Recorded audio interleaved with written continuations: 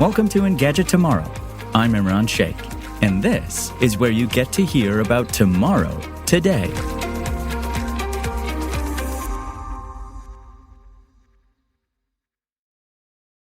Today we're talking about pills made from paper waste and the FDA approving the first drug that slows Alzheimer's. Let's start with the paper pills. Okay, it's probably fair to say that when most people conjure images of the pharmaceutical industry making life-saving drugs, it doesn't include environmental decline. But according to one 2019 study by The Conversation, drug companies produce more carbon dioxide per $1 million than the automotive industry. In 2015, the outlet said, by our calculations, the pharma market is 28% smaller, yet 13% more polluting than the automotive sector.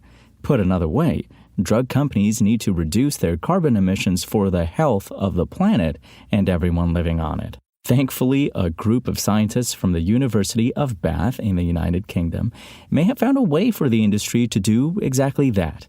In a study published in the journal ChemSusChem, the team describes a process they created for converting a component found in turpentine into pharmaceutical precursors that they then used to synthesize paracetamol and ibuprofen. Right now, most companies producing those painkillers use chemical precursors derived from crude oil.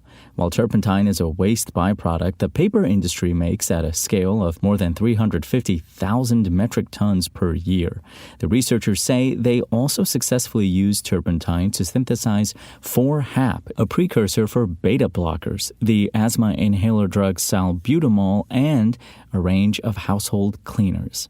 In addition to being more sustainable, the team's biorefinery process could lead to more consistent drug costs for consumers, since turpentine isn't subject to the same geopolitical pressures that can send energy and oil prices skyrocketing. However, a significant pitfall of the process in its current form is that it costs more to produce drugs with turpentine than crude oil. The team suggests consumers may be willing to pay slightly higher prices for more sustainable drugs, but let's be honest.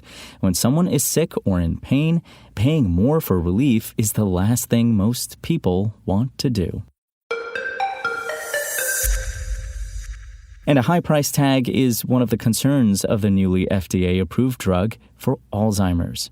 Japanese drug maker Eisai and U.S.-based Biogen have been working together on advancing research in the space of Alzheimer's for nearly a decade. Finally, the FDA granted the fruits of that labor, Leqembi, its blessing for intravenous use.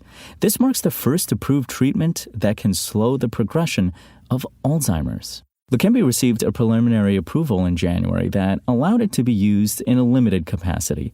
That approval was conditioned on the two drug makers conducting a confirmatory study to verify the drug's clinical benefit. Though Leqembi slows Alzheimer's progression, it's not a cure. Instead, it addresses the underlying biology that spurs Alzheimer's advancement. The drug works by reducing amyloid plaques, or misfolded proteins that form in the brain of a person with Alzheimer's. Leqembi isn't the only drug targeting beta amyloid plaque buildup to treat Alzheimer's. Aduhelm received approval under the same accelerated pathway in 2021, but it's still not fully FDA approved. But what sets Leqembi apart from its predecessor is that the drug demonstrated actual clinical benefit in addition to simply reducing the buildup of the aforementioned proteins. Besides needing a medical prescription, taking the drug will require professional administration in a hospital or infusion center every 2 weeks. The company, though it may not be its sole responsibility, recognizes its need to boost accessibility.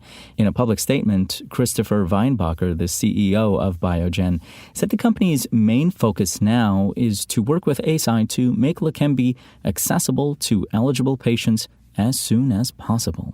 The drug's hefty price tag of $26,500 will unfortunately make it inaccessible to most.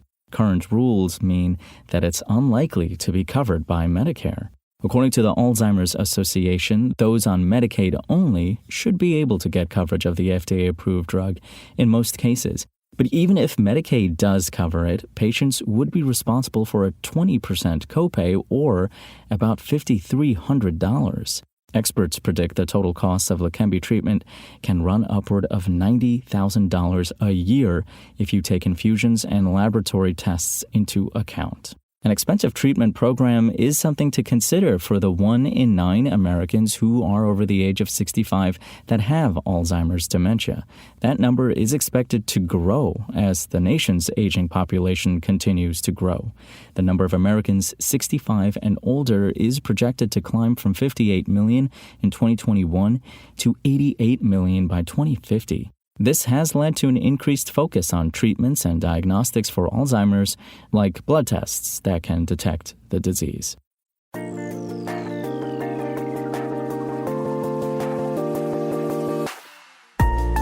Thanks for listening to the show. Make sure to rate, review, and subscribe on Apple Podcasts. Today's show featured journalism by Engadget contributors Igor Bonifasic and Malak Saleh and was produced by Spoken Layer. I'm Imran Sheikh, and we'll talk more tomorrow.